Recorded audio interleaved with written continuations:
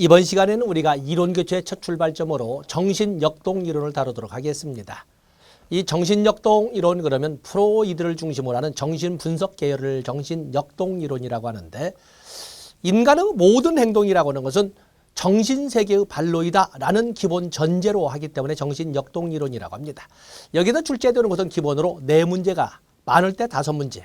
4문제라고 하는 것은 프로이드, 에릭슨, 아들러, 융 각각 한 문제씩이 분명히 나올 것이고 이렇게 하는 것이고 거기에다가 별도로 또 프로이드에 따른 안나 프로이드가 체계화했던 적응 기제를 가지고 또한 출제가 되는 경우도 있어서 많으면 5문제 그렇지 않으면 4문제는 나온다 이렇게 설명하는. 그래서 이론 기초에서 10문제를 예상할 때 4문제는 바로 정신역동 이론에서 나온다. 그중에 바로 1 또는 1.5개의 출제 영역으로 프로이드를 다루고자 하는 것입니다. 이 프로이드의 이론이라고 하던 결국에 아무리 오늘날 비난, 비아냥 이렇게 거리는 사람도 있지만은 현재 사회복지 실천론에서는 아주 중요한 의미를 갖고 있지 않습니까? 자, 한번 우리가 먼저 판서를 해보고 그리고 이 판서한 내용을 교재를 통해서 여러분들이 재확인하는 이런 순서로 나가도록 하겠습니다. 자, 지그문트 프로이드의 정신역동이론, 그냥 정신분석이라고 해서 이렇게 쓰겠습니다. 정신분석이라고 해서. 지금부터 프로이드의 이론을 크게 우리가 나눠본다면 자, 교재에 있는 것을 여러분들 지금 손맛을 봐야 되고 시험 볼 때까지는 필기를 놔서는 안 되니까 그래서 우리가 개요 이렇게 설명해 보면 지금부터 프로이드는 인간의 모든 행동이라는 것은 정신세계의 반로이다 해서 심리결정론 저는 정신결정론이라고 합니다.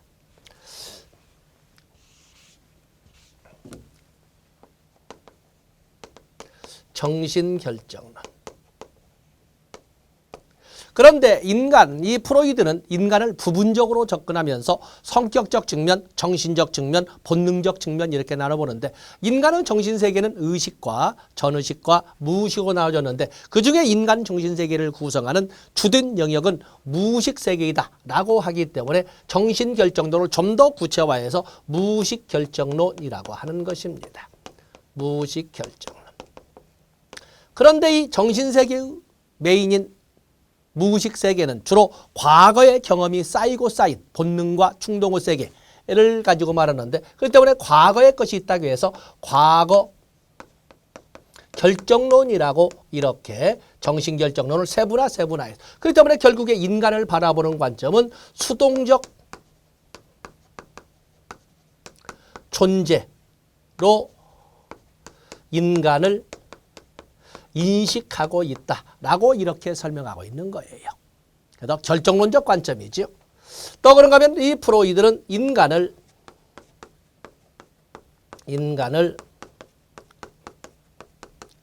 부분적으로 인식을 한다는 특징을 가지고 있습니다. 물론 오늘날에는 인간을 부분적으로 못할 바는 아니지만은 인간을 인식할 적에는 부분화해서 인식할 수는 없다. 인간은 총체론적 또는 전체론적 관점에서 인식해야 된다 하는 것이 바로 이 오늘날의 이제 관점입니다. 인간을 부분적으로 인식을 했다라는 것을 여러분들이 꼭 알고 있어야 됩니다. 그래서 인간을 본능적 측면에서 정신적 측면에서 성격적 측면에서 인간을 이렇게 바라본다라고 설명을 합니다. 또 이제 공간해 본다면 그래도 인간을 본능적 측면에서는 인간을 본능적 측면에서 분석할 적에는 인간을 삶의 본능과 지금 여러분들 판서 노트 정리하는 거죠. 삶의 본능과 죽음의 본능으로 이렇게 나누어서 설명을 합니다. 모든 인간에게는 이렇게 삶의 본능과 죽음의 본능이 같이 혼재하는데 어느 것이 더 이렇게. 물론 우리는 이 삶의 본능을 우리가 에로스라고 하는데 에로스. 그리고 죽음의 본능은 타나토스라고 합니다. 타나토스.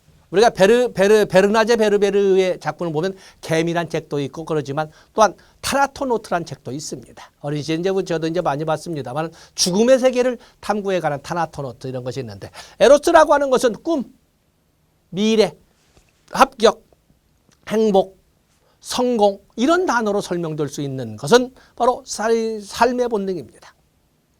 삶의 본능의 핵심적 영역을 바로 소위 프로이드는 리비도라고 설명했고 리비도를 섹슈얼 에너지라고 해서 성적 활력소의 개념으로 성적 활력소의 개념으로 좁은 개념으로 봤다는 것을 뒤에서 한번 쓸 때가 있기 때문에 꼭 기억해 주셔야 됩니다.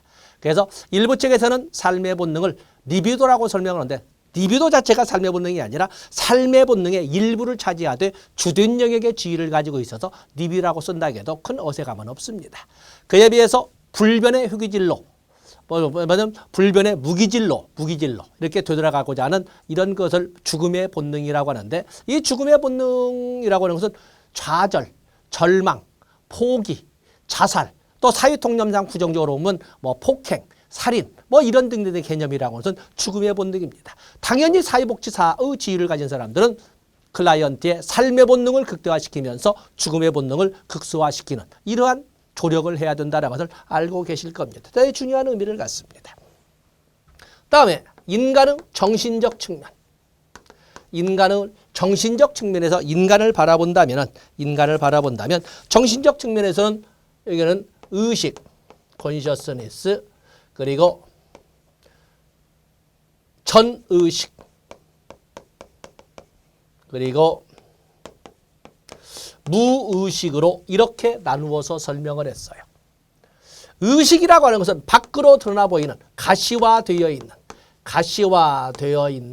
가시화되는 밖으로 드러나 보이는 한자 쓰기가 그렇습니다만 밖으로 드러나 보이는 정신 영역을 정신세계를 우리가 의식이라고 합니다. 보통 우리가 오감을 통해서 지금 선생님들에 대한 이런 선생님들이 볼 적에 또 많은 수험생들이 볼 적에 지금 제가 보이고 있지요. 또 그런가 하면 제 강의의 분위기도 느끼고 있지요. 이런 것처럼 오감을 통해서 시각, 청각, 취각, 미각, 촉각이라고 표현되는 이런 오감을 통해서 밖에서 확인할 수 있는 이런 정신세계는 의식이라고 하는데 이것을 소위 프로이드는 빙산의 일각이라고 우리와 생은 빙산의 일각에 불과할 뿐이라고 설명을 했던 거였어요. 그에 비해서 전의식이라고 하는 것은 가시화되어 있지 않지만은 약간의 자극을 통해서 가시화시킬 수 있는 것을 우리는 전의식이라고 합니다. 전혀 의식하고 있지 못하고 생각도 않고 있고 뭐 글쎄 지금 나한테 뭘 물어보는 거야? 라고 하는 것처럼 아무런 그 인식도 하지 못하는데 약간의 자극으로. 제가 여러분들에게 물어보겠습니다. 어제 저녁 식사 누구랑 하셨습니까?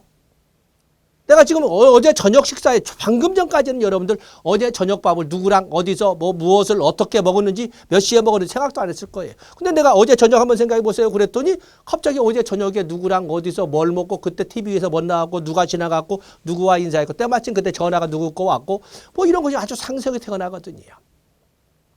약간의 자극을 통해서 밖으로 드러나 있지는 않지만 약간의 자극을 통해서 밖으로 끄집어낼 수 있는 이런 정신세계를 전의식이라고 하는데 우리와 같은 수험생의 입장에서는 아주 중요한 영역입니다. 때문에 이 우리가 이 수험생의 영역에서 이 바로 이 전의식이 바로 이용 가능한 기억의 세계라고 합니다. 기억의 세계. 그다음에 무의식이라고 하는 것은 이건 정신세계의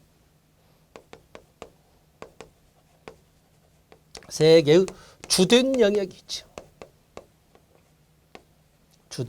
바로 이것은 과거의 경험이 인식하고 있던 인식하지 못하고 있던 간에 과거의 경험이 쌓여서 만들어진 집적든 이런 걸로서 보통 본능과 성적 본능과 공격적 충동이라고 할 수 있는 이런 본능과 충동의 집적이라고 할 수 있는 것이 바로 여기 나와 있는 바로 무의식 세계가 되겠고 바로 이 정신세계의 주된 영역이기 때문에 그래서 정신결정론, 심리적 결정론을 무의식 결정론이라고 그리고 더 세분화해서 과거 결정론이라고 우리가 개요에서 적어놓은 것입니다. 다음에 이번에는 인간을 성격적 측면에서 접근해 보면 성격적 측면에서 여기는 이드와 그리고 에고와 그리고 슈퍼에고 에고로 이렇게 구분하고 있지 않습니까? 지금 여러분들 지금 노트 정리하고 있는 겁니다. 하고 있으신 겁니다. 손맛이 있어요. 우리의 시험은 눈과 손으로 본다는 것. 첫 시간에도 말씀드렸지만 잊어서는 안 됩니다. 귀로 보지 않습니다. 자꾸 써보시고 눈에 안면이 있어야 됩니다. 이드라고 하는 것은 본래 한자로 표현할 적에 진짜 태초에나 진짜 태초에나 근데 태초에나 초와 그것도 진짜 태초에나 원초와 이렇게 원초와라고 이렇게 처음에 한자로 썼던 분들이 썼던 겁니다. 그래서 태초에나 진짜 태초에나 해서 장충동 족발집에서 원조 족발집이라고 하는 것처럼 이렇게 원초와라고 합니다. 그에 비해서 에고라고 하는 자아라고 하죠. 자, 그리고 이 슈퍼에고는 나를 벗어나기 때문에 초자하, 한자 써서 초자하라고 합니다. 초자하. 원초화라고 하는 이드는 쾌라그 원리의 지배를 받는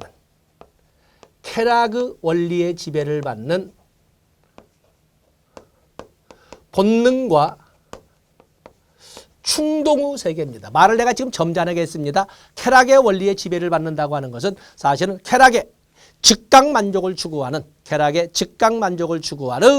바로 본능과 충동의 세계를 원초화라고 합니다. 원초화라고 하는 거죠. 그 때문에 사실은 이것은 비합리적, 비현실적 세계의 특성을 갖는 것이 바로 원초와 이드가 되겠습니다. 그에 비해서 에고, 자하라고 하는 것은 현실의 원리의 지배를 받는 이성과 분별의 세계를 말합니다. 지면이 이제 없어서 교재로 그냥 보겠습니다만은 이 자아라고 하는 것은 직설적으로 표현하면 성격의 집행자, 성격의 경영자라고 표현합니다.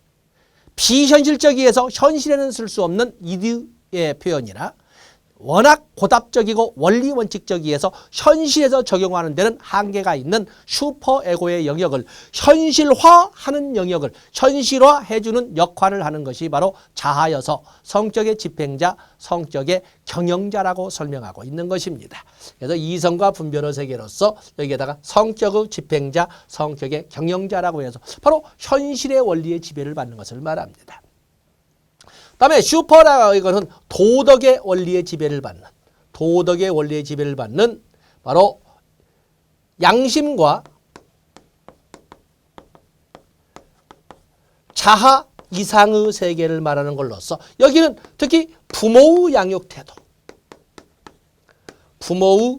양육 태도에 의해서 만들어지는 바로 이 성격의 영역을 슈퍼에고라고 합니다. 부모가 과보호적 양육태도를 가졌는지 아니면 중용적 양육태도를 가졌는지 또는 뭐 방임적 양육태도를 가졌는지 이런 거에 따라서 애들이 갖게 되는 성격은 달라진다라고 합니다. 그러다 보니까 우리가 보면은 이렇게 이들은 쾌락의 원리의 지배를 받는 그리고 자아는 현실의 원리의 지배를 받는 그리고 이것은 도덕의 원리의 지배를 받는 이런 영역으로서 그래서 쾌락의 원리의 지배를 받는 본능과 충동의 세계 현실의 원리의 지배를 받는 이성과 분별의 세계, 도덕의 원리의 지배를 받는 양심과 자아 이상의 세계라고 설명을 하는데 모든 인간들은 이 세 가지를 다 가지고 있죠. 다 가지고 있습니다. 이드도 가지고 있고 그다음에 에고도 가지고 있고 그리고 슈퍼 에고도 가지고 있습니다. 단지 이 세 가지 중에 어느 영역이 주로 표출이 되느냐에 따라서 그 사람의 성격은 어때? 라고 이렇게 표현하는 거거든요. 예, 그래서 물론 여러분들이 사회복지사라는 자격을 가지면서 어느 순간에 여러분이라고 이런 충동이 없을 것이며 어떤 본능의 반로가 없을 것이며 현실감이 없을 것 그러지 않습니다. 그런데도 불구하고 사람들은 사회복지사가 되어서 이런 그 말을 하다 보니까 어느 순간에 굉장히 많은 비중이 슈퍼에고로 이렇게 가고 있는 이런 흐름을 볼 수가 있는 거거든요. 그래서 이렇게 보고 어쨌든 인간은 태어날 때부터는 여기는 출생과 더불어 출생 시에 가지고 태어나고 그리고 여기로부터 해서 원자부터 이것이 그리고 슈퍼에고가 이렇게 분화가 되는 겁니다. 분화라는 이 빨간 화살표를 성격해 주시고 그다음에 성격 발달 5단계. 뭐 기본적이기 때문에 이건 뭐 알고 계시죠? 성격 발달 5단계라고 설명을 할 적에는 인간의 성격은 뭐에 따라 삶의 본능인 에로스의 핵심, 리비도의 위치 변화에 따라 리비도가 어디로 움직이냐에 따라서 인간 발달을 5단계로 나눈 거였어요. 그래서 구순기, 학문기, 남근기, 잠복기, 생식기로 이렇게 나눴던 거였어요. 우리가 나이로 본다면 여러분들이 알 수 있으니까 구순기는 이건 영아기를 말해요. 영아기. 젖먹이 시기를 말하죠. 그다음에 학문기라고 하는 것은 뭐 어린이집, 걸음마기, 어린이집. 뭐 여기는 뭐라 유아기. 근데 유아기는 한자가 두 개가 있어서 젖먹이에 관련된 이런 유자가 있고 어린애에 관련된 이런 유자가 있어서 그래서 혼동이 되기 때문에 이건 그 걸음마기. 걸음마기. 또 어린이집. 어린이집 단계라고 이렇게 생각하시면 됩니다. 그다음에 남근기는 너댓 살, 4살, 5살, 6살 정도. 여기는 학령전기. 학령전기로 유치원 단계라고 이렇게 보시면 됩니다. 그다음에 잠복기는 학령기.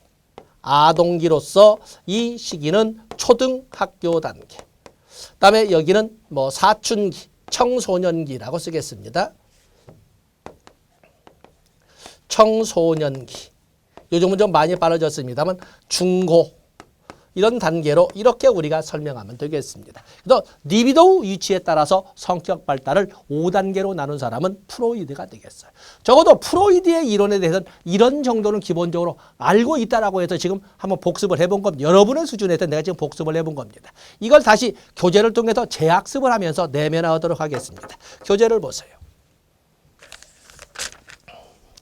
자, 프로이드 이론의 핵심은 여러분들이 직접 손으로 정신결정론, 무의식결정론, 과거결정론 그러면서 거기 수동적 인간관이라고 설명을 했습니다.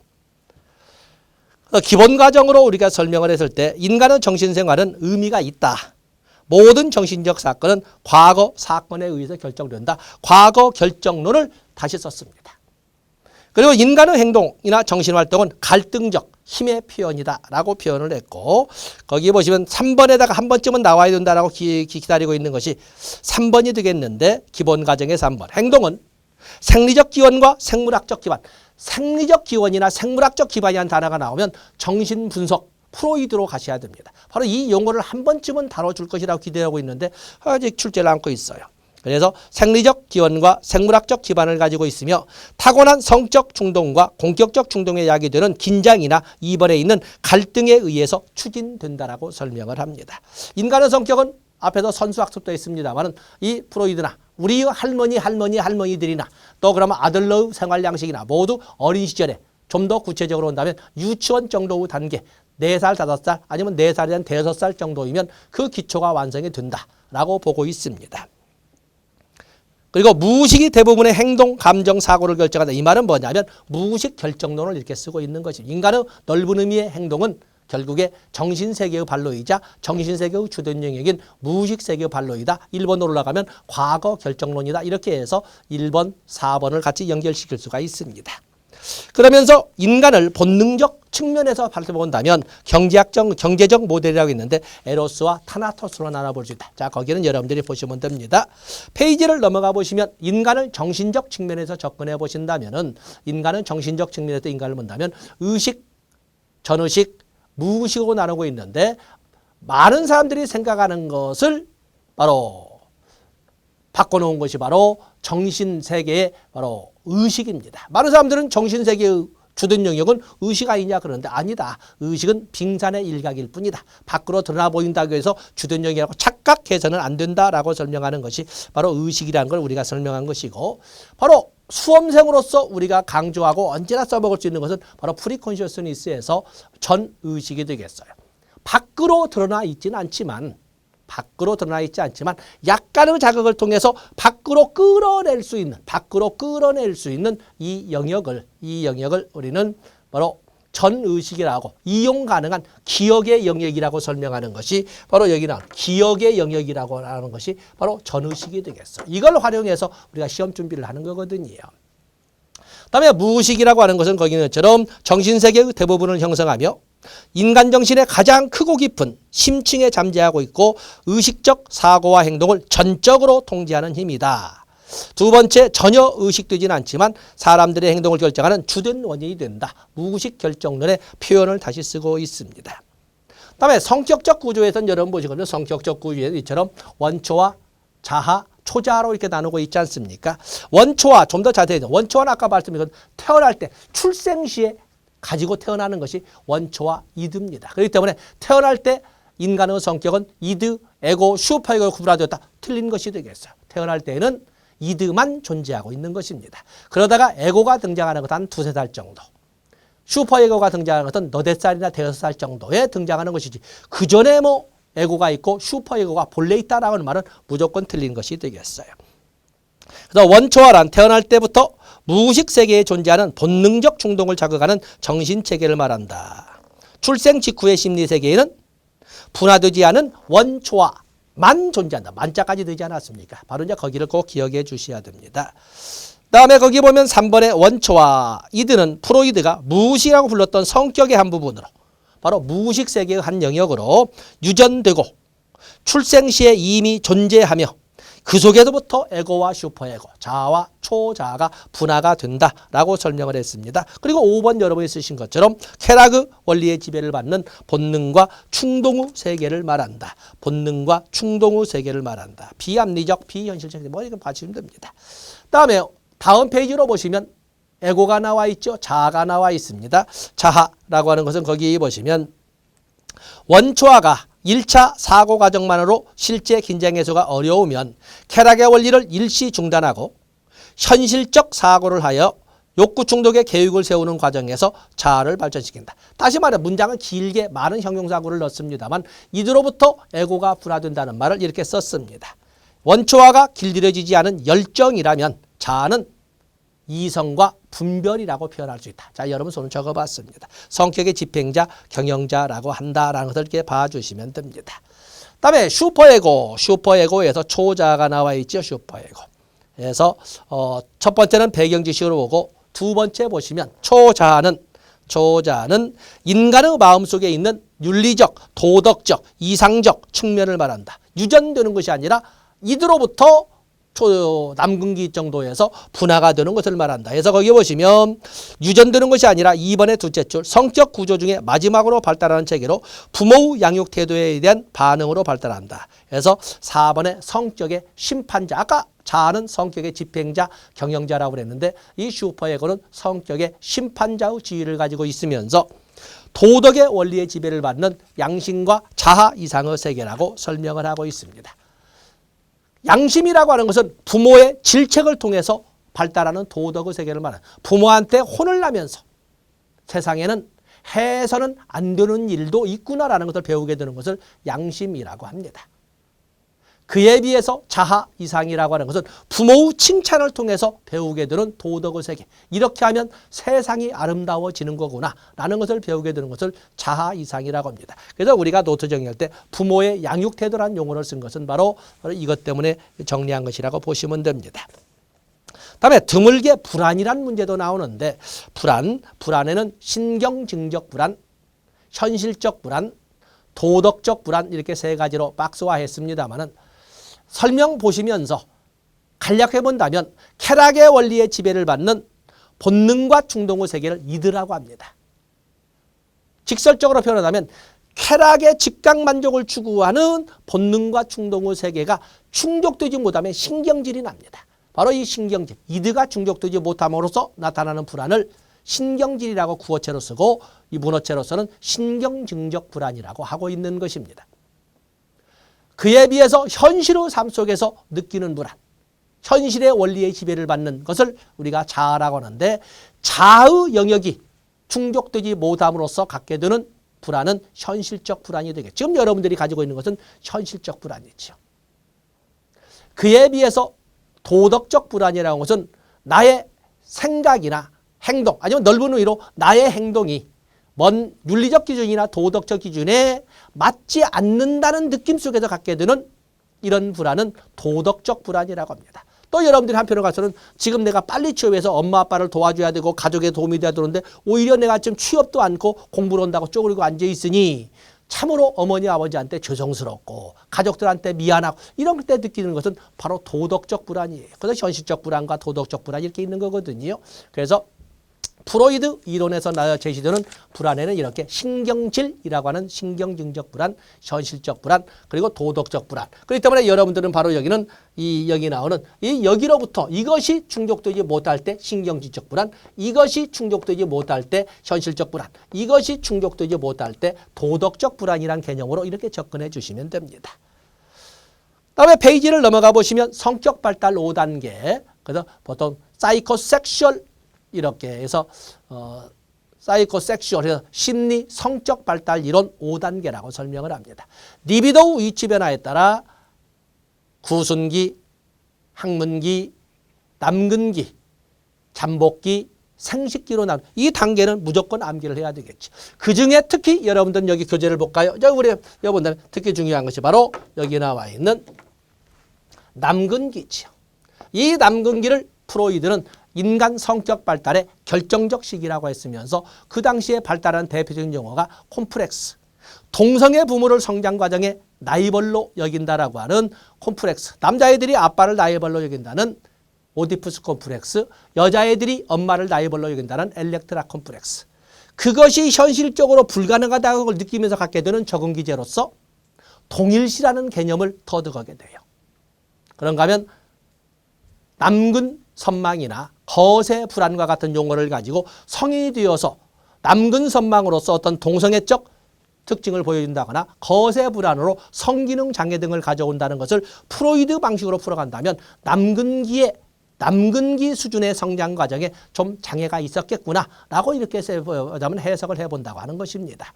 그래서 특히 남근기를 중심으로 해서 여기 5단계의 특징을 여러분들이 정리해 주시면 되겠습니다.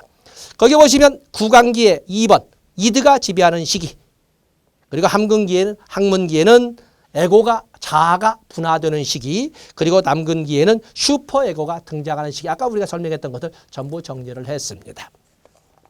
자, 이제는 이 이론에 이어서 방어 기제를 보셔야 됩니다.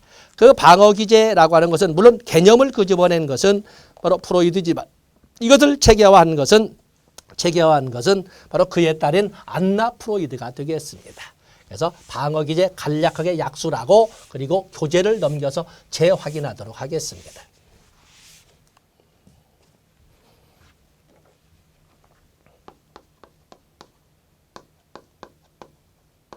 방어 기제의 개념은 네 줄로 쓸 수가 있습니다. 방어 기제. 어떤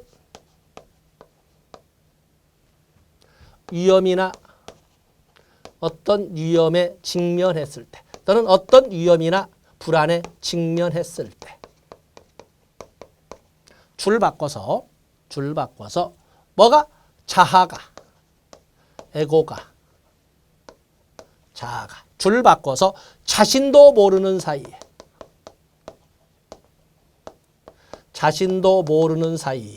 자, 이것을 이제 우리가 구어체로 썼는데 문어체로 시험용 용어로 쓰면 무의식적으로 이 말이죠. 무의식적으로 이렇게 씁니다. 스스로를 지키기 위해 사용하는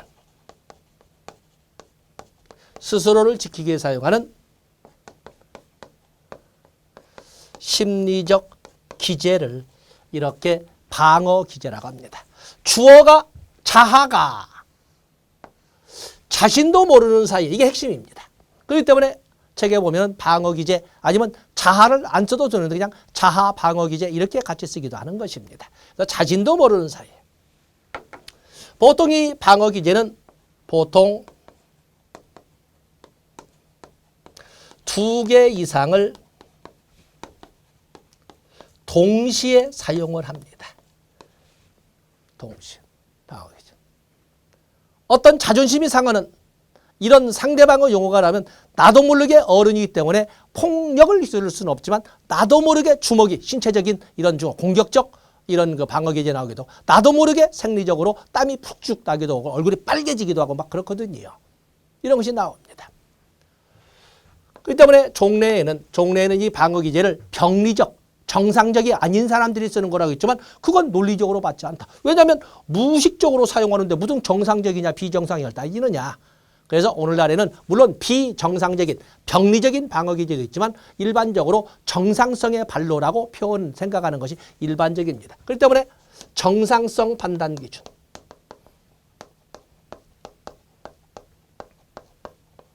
정상성 판단 기준으로 여기에는 연령 적절성.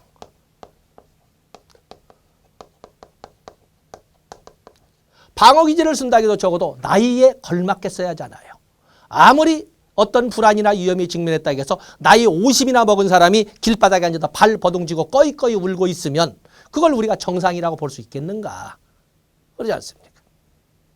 그렇기 때문에 이것은 애들은 애른다워야 되고 어른은 어른다워야 되는 거예요. 그처럼 연령 적절성. 그리고 이 방어기제라고 하는 것은 어떤 위험이나 불안에 직면했을 때 스스로를 지키기 위해서 사용하기 때문에 바로 그걸 어떤 불안이나 위험에서 제거되면 당연히 방어기제는 중단해야 돼요. 근데 그 철회의 가능성이라고 표현합니다. 철회의 가능성.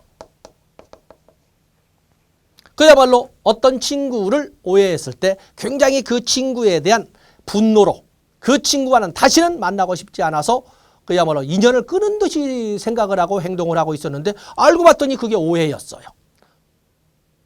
왜냐하면 그 친구는 그런 의도로 한 것은 아닌데 내가 잘못 의미를 해석한 거였어요. 그렇다면 그걸 알았다면 당연히 그 친구에 대한 미움은 없애져야 되고 다시 원 상태로 회복해야 되는데 여전히 나 그렇게 말 함부로는 먹으면 영원히나 뭐 사귈 수가 없어. 이렇게 고집을 하는 것은 이건 애들 같은 거지요. 연령 적절성과 연결되어서 철회의 가능성이 없다는 것은 그것은 정상적이지 못해요. 애들 같은 유치한 거예요. 유치한 것은 비정상적인 거죠.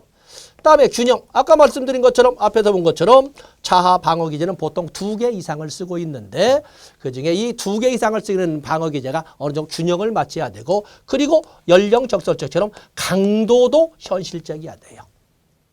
자, 이런 것을 우리가 정상성 판단 기준에서 사용하고 있는 것입니다. 그다음에 유형을 우리가 이제 이게 보겠습니다만 유형. 자, 유형은 여러분들 교재로 볼까요? 자, 교재 보세요.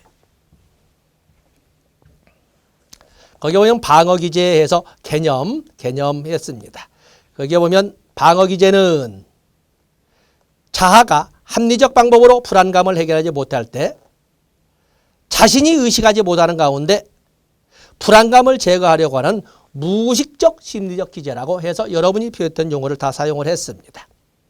거기 방어기제의 정상성 판단 기준으로 여러분 손으로 적었던 순서는 달라졌지만 연령 적절성이나 철회 가능성이나 균형이나 강도를 정리를 했습니다.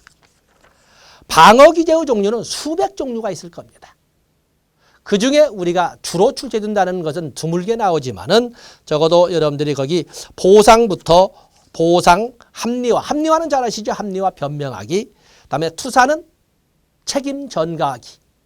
남에게 덮어씌우기. 그다음에 동일시, 아까 프로이드의 남근기에서 등장하는 방어기제로서 동일시, 또 승화, 반도 1번부터 6번까지는 기본적인 방어기제로 여러분들이 가지고 가셔야 됩니다. 그런가 하면 9번의 주지화, 주지화는 다른 말로 지성화라고도 하는데 9번의 주지화 여러분들이 보시고 또 그런가 하면은 거기 보면은 뭐 16번의 해리, 지킬 박사, 거기 보면 하이드와 지킬 박사, 맞으면 나와 있죠? 지킬 박사와 하이드와 같은 이런 해리, 이런 정도, 1번부터 6번까지는 당연히 가져가시고, 그 외에도 주지와 또 해리, 이런 정도도 여러분들이 가지고 가셔야 될 하나의 유형이라고 할 수가 있습니다. 뭐 교재이기 때문에 다 읽어드린다고 해서 학습되는 건 아니기 때문에 그런 정도를 먼저 가지고 그리고 다른 것도 많이 나오죠. 문제를 풀면서 여러분들이 하나하나를 더 가져가고 더 가져감으로써 시험에 대비하시면 됩니다. 자, 이렇게 해서 이번 시간에는 프로이드를 중심으로 하는 정신분석 분석을 마감짓고 다음 시간에 신프로이드 학파라고 할 수 있는 에릭슨, 아들러, 융에 대해서 살펴보도록 하겠습니다. 고맙습니다.